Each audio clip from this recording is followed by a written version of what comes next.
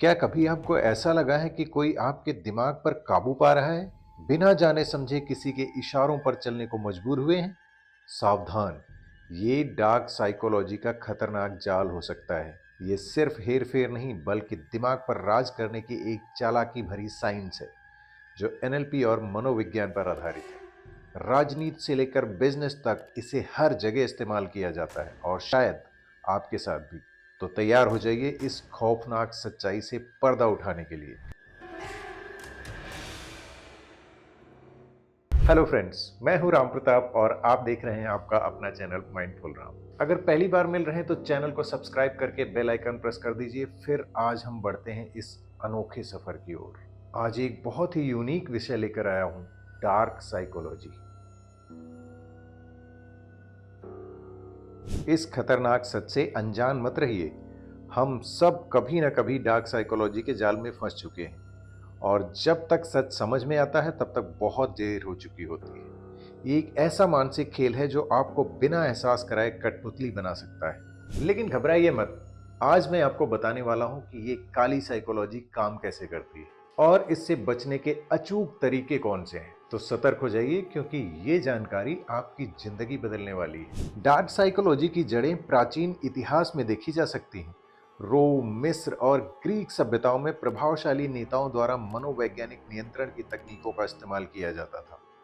आधुनिक समय में एडोल्फ हिटलर और जोसेफ गोएबल्स जैसे व्यक्तियों ने प्रचार तंत्र के माध्यम से बड़े पैमाने पर मानसिक हेरफेर किया।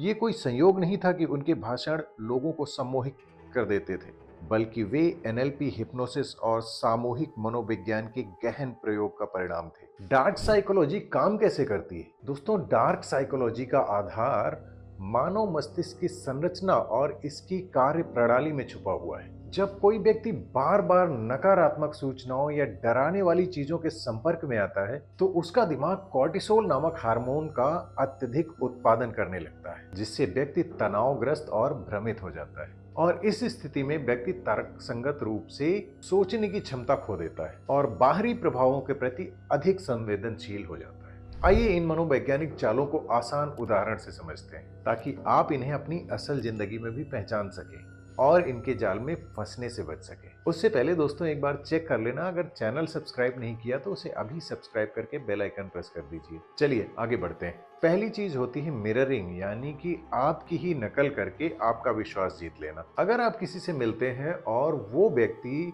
आपके हाव भाव, आपके बोलने के तरीके, आपके बैठने के तरीकों की अगर नकल करने लगता है, यानी कि आपके जैसा ही दिखने लगता है, तो आप आसानी से उस पर भरोसा करने लगते हैं। उदाहरण के तौर पे मान लीजिए आप कुछ सामान खरीदने गए और सेल्समैन आपकी तरह बोलना शुरू कर देता है, आपकी लैंग्वेज में।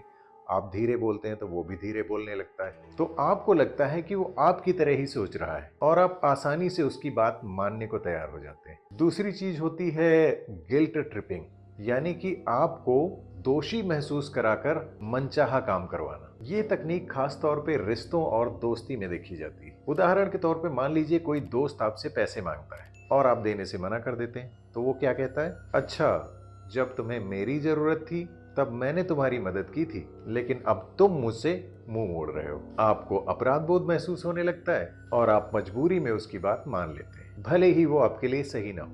तीसरी चीज आती है पैटर्न इंटरप्शन, यानी कि बातचीत को अचानक कोई नया मोड़ देकर आपको भ्रमित कर देना। ये तब इस्तेमाल किया जाता है जब कोई व्यक्ति चाहता है कि आप सोचने समझने की स्थिति में ना रहें और फैसले ले लें। उदाहरण के तौर पे जैसे कोई ठग आपको कोई महंगी चीज बेचने की कोशिश कर रहा हो और आप मोल भाव करने लग जाएं, तो अचानक से आपका ध्यान भटकाने के लिए कोई दूसरा प्रोडक्ट सामने ले आके रख देगा। जैसे कि कहेगा, ये फोन देखिए, बिल्कुल नए मॉडल का है, आपको पसंद आएगा। इस तरह से आपका दिमाग कुछ सेकंड के लिए भटक जाता है और आप भूल जाते हैं कि असल में आप तो मोल भाव कर रहे थे। और इसी बीच वो अपनी शर्तों पर आपको कोई ना कोई महंगी चीज बेच देता है। आपने कई वो स्ट्रीट जादूगर्स और ओझाओं को देखा होगा, कोई बात करते रहते हैं और फिर अचानक से कुछ भी बोलने लग जाते हैं, बिना सिर पैर की चीजें। पर उनके बोलने की जो भाषा होती है उसमें इतनी एनर्जी होती है कि आप सब कुछ भूल जाते हैं और फिर आपका दिमाग वही देखता है, वही सोचता है और वही मानता है जो वो बोल रहे होते हैं। डार्क साइकोलॉजी के ये खेल हर जगह चलते हैं, रिश्तों में, बिजनेस में और ठगों की दुनिया में। अगर आप इन ट्रिक्स को पहचान पाएं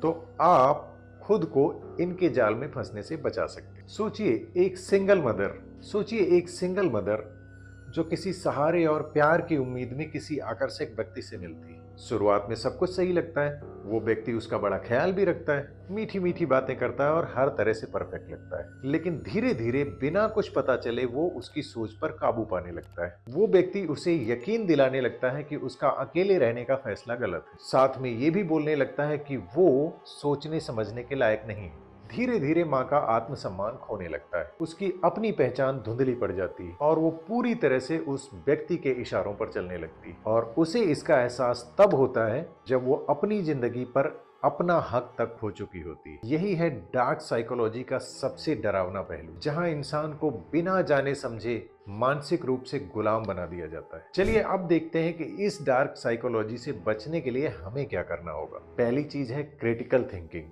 हर बात पर सोच समझकर फैसला लें। जो भी सुने उसे आंख मूंद कर बिल्कुल ना माने। पहले तर्क से सोचें। जैसे मान लीजिए कोई बाबा कह रहा है कि ये ताबीज पहन लीजिए, सारी समस्याएं खत्म हो जाएंगी, तो पहले खुद सोचें क्या सच में ऐसा संभव है।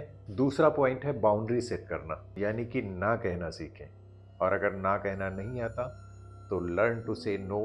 मेरी वीडियो पड़ी है, उसे देख लीजिए। हर किसी को अपनी भावनाओं पर हावी ना होने दें। अगर कोई दोस्त उधार मांगता है और आपको गिल्ट ट्रिपिंग में डालता है तो साफ कहें मैं मदद नहीं कर सकता, मुझ पर और भी जिम्मेदारियां हैं। तीसरा पॉइंट है सेल्फ अवेयरनेस, यानी कि अपनी भावनाओं को पहचानें। अगर कोई आपको डरा कर या गिल्ट महसूस कराकर आपका फायदा उठाने की कोशिश कर रहा है, अगर कोई आपको डरा कर या गिल्ट में डालकर आपका फायदा उठाने की कोशिश कर रहा है, तो पहले खुद को रोकें और सोचें। जैसे उदाहरण के लिए मान लीजिए कोई कहता है कि अगर तुमने मेरी बात नहीं मानी तो तुम्हारी जिंदगी बर्बाद हो जाएगी, तो खुद से एक बार पूछें क्या सच में ऐसा होगा या मुझे डराने की चाल है। दोस्तों, अगर आप इन 3 बातों का ध्यान रखेंगे तो कोई भी आपको मानसिक रूप से नियंत्रित नहीं कर सकता। होता क्या है, जब भी आप ये तीनों टेक्निक्स यूज करते हैं ना, तो आपका जो पैटर्न बन रहा होता है दिमाग में, वो ब्रेक हो जाता है।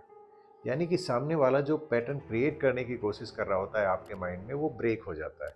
और जैसे ही वो ब्रेक होता है आप उसके चंगुल से बाहर निकल जाते हैं और उसकी ट्रिक फेल हो जाती है। और ये डार्क साइकोलॉजी जो है ना, ये सिर्फ किताबों में नहीं, हमारे जीवन में हर जगह मौजूद है। इसे समझना और इससे बचने की रणनीति अपनाना ही एकमात्र विकल्प है। अगर आपको ये वीडियो अच्छा लगा तो इसे लाइक करें और शेयर करें अपने हर दोस्तों के साथ, क्योंकि इसकी जरूरत तो सबको है। अब तक अगर चैनल सब्सक्राइब नहीं किया तो बिना सब्सक्राइब किए मत जाना। अपना ख्याल रखिए, जल्दी मिलते हैं फिर से एक नए वीडियो के साथ।